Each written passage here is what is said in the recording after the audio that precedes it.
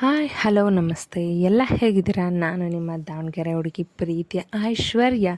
So ಇವತ್ತಿನ video ಏನಪ್ಪ ಅಂದರೆ, ಕಡಲೆ ಬೀಜನ ಹುರಿದಿದ ನಂತರ ಅದರ ಸಿಪ್ಪೆನ ಹೇಗೆ ಬೇರ್ಪಡಿಸ್ಬೇಕು ಅಂತ ಹೇಳಿಬಿಟ್ಟು ಈ ವಿಡಿಯೋದಲ್ಲಿ ತೋರಿಸ್ತಿದ್ದೀನಿ.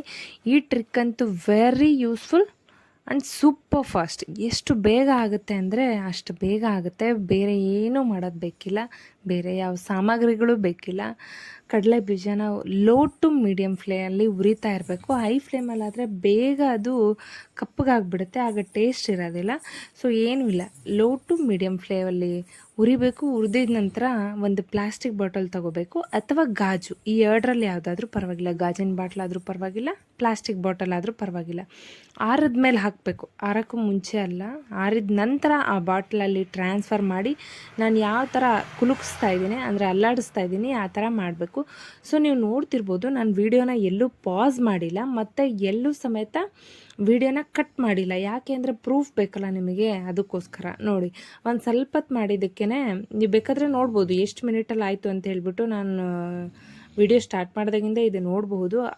ಅಷ್ಟು ನಿಮಿಷದಲ್ಲಿ ಪ್ರೊಸೆಸ್ ಸಮೇತ ನಿಮಗೆ ಮುಗ್ದೋಗ್ಬಿಡುತ್ತೆ.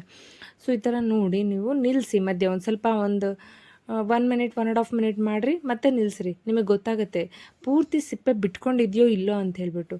ಸೊ ಪೂರ್ತಿ ಬಿಟ್ಕೊಂಡಿದೆ ಅಂತಂದರೆ ಆ ಜಾರಿಂದ ತೆಗಿಯೋದು, ಜರಡಿಗೆ ಹಾಕ್ಬಿಟ್ಟು ನಾವು ಅದನ್ನು ಸ್ಕಿನ್ನೆಲ್ಲ ಕೆಳಗೆ ಉದುರುತ್ತೆ.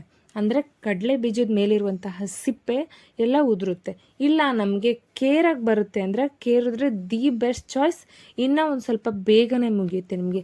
ಇಲ್ಲ ಕೇರಾಗಿ ಬರೋಲ್ಲ, ಎಲ್ಲ ಚೆಲ್ಬಿಡ್ತೀವಿ ನಾವು ಅನ್ನೋರು ಈ ಥರ ಜರಡಿಲಾದರೆ ಎಲ್ಲ ಪುಡಿನೂ ಕೆಳಗೆ ಉದುರುಬಿಟ್ಟು ಮೇಲೆ ನೀಟಾಗಿ ಫೈನ್ ಆಗಿರೋ ಕಡಲೆ ಬೀಜಗಳು ಸಿಗುತ್ತೆ.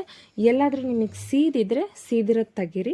ಇಲ್ಲ ಅಲ್ಲೊಂದು ಇನ್ನೂ ಹಾಗೇ ಇತ್ತು ಕಡಲೆ ಬೀಜದ್ದು ಅಂದರೆ ಬೆರಳು ಎಣಕ್ಕೆ ಅಷ್ಟು ಇರುತ್ತೆ ಅಷ್ಟೇ, ಭಾಳ ಇರಲ್ಲ. ಆಲ್ಮೋಸ್ಟ್ 80 to 85% ಆಲ್ರೆಡಿ ಆಗೋಗ್ಬಿಟ್ಟಿರುತ್ತೆ ಸ್ಕಿನ್ ರಿಮೂವ್. ಅಂದರೆ ಕಡಲೆ ಬೀಜದ ಸಿಪ್ಪೆ ಹೊರಗೆ ಹೋಗ್ಬಿಟ್ಟಿರುತ್ತೆ ತುಂಡಾಗಿ. ಇನ್ನು ಅಲ್ಲೊಂದಿರೋದು ಈ ಥರ ಕೈಲಿಂದ ಮಾಡಿದ್ರೂ ಪರವಾಗಿಲ್ಲ, ಅಥವಾ ಇನ್ನೊಂದು ಸಲ ಬಾಟ್ಲಿಗೆ ಹಾಕಿ ಅಲ್ಲಾಡಿಸ್ತೀನಿ ಅಂದರೂ ಪರವಾಗಿಲ್ಲ, ಆಗುತ್ತೆ. ಅದೆಲ್ಲ ಆದಮೇಲೆ ಕೇರಕ್ಕೆ ಬಂದರೆ ಮರದಲ್ಲಿ ಕೇರಿದ್ರೆ ನೀಟಾಗಿ ಕ್ಲೀನ್ ಆಗುತ್ತೆ. ಇಲ್ಲ ನಮಗೆ ಬರಲ್ಲ ಅಂದವರು ಜರಡಿಲಿ ಅನ್ಬೋದು. ಮತ್ತು ಪೂರಿ ತೇಲ್ಸೋ ಬಾಣಲಿ ಇರುತ್ತಲ್ಲ, ಅಂದರೆ ಪೂರಿ ತೆಗ್ಯೋದಿರುತ್ತಲ್ಲ ಹಿಡಿ, ಅದರಲ್ಲಾದರೂ ಅನ್ಬೋದು, ಅದರಲ್ಲೂ ಚೆನ್ನಾಗಿ ಬರುತ್ತೆ. ಸೊ ಈ 2 ಮೆಥಡಲ್ಲಿ ನಿಮಗೆ ಯಾವ್ದು ಬೆಟರೋ ನೀವು ಅದನ್ನು ಚೂಸ್ ಮಾಡಿ. ಸೊ ಅದಾದ ನಂತರ ಎಲ್ಲ ಕ್ಲೀನ್ ಆದಮೇಲೆ ಏನೇನು ಮಾಡೋದು, ನನಗೆ ಯಾವ ಜಾರಲ್ಲಿ ಅಲ್ಲಾಡ್ಸಿದ್ನೋ ಸೇಮ್ ಅದೇ ಜಾರಲ್ಲೇ ಸ್ಟೋರ್ ಮಾಡ್ತಿದ್ದೀನಿ. ನನಗೆ ಅದೇ ಜೋರಲ್ಲೇ ಮುಂಚೆಯಿಂದ ಸ್ಟೋರ್ ಮಾಡ್ತಿದ್ದಿದ್ದು. ಸೊ ಈಗ ನನ್ನ ಕಡಲೆ ಬೀಜಗಳೆಲ್ಲ ಸೂಪರ್ ಕ್ವಿಕ್ಕಾಗಿ ಕ್ಲೀನ್ ಆಯಿತು. Thanks for watching.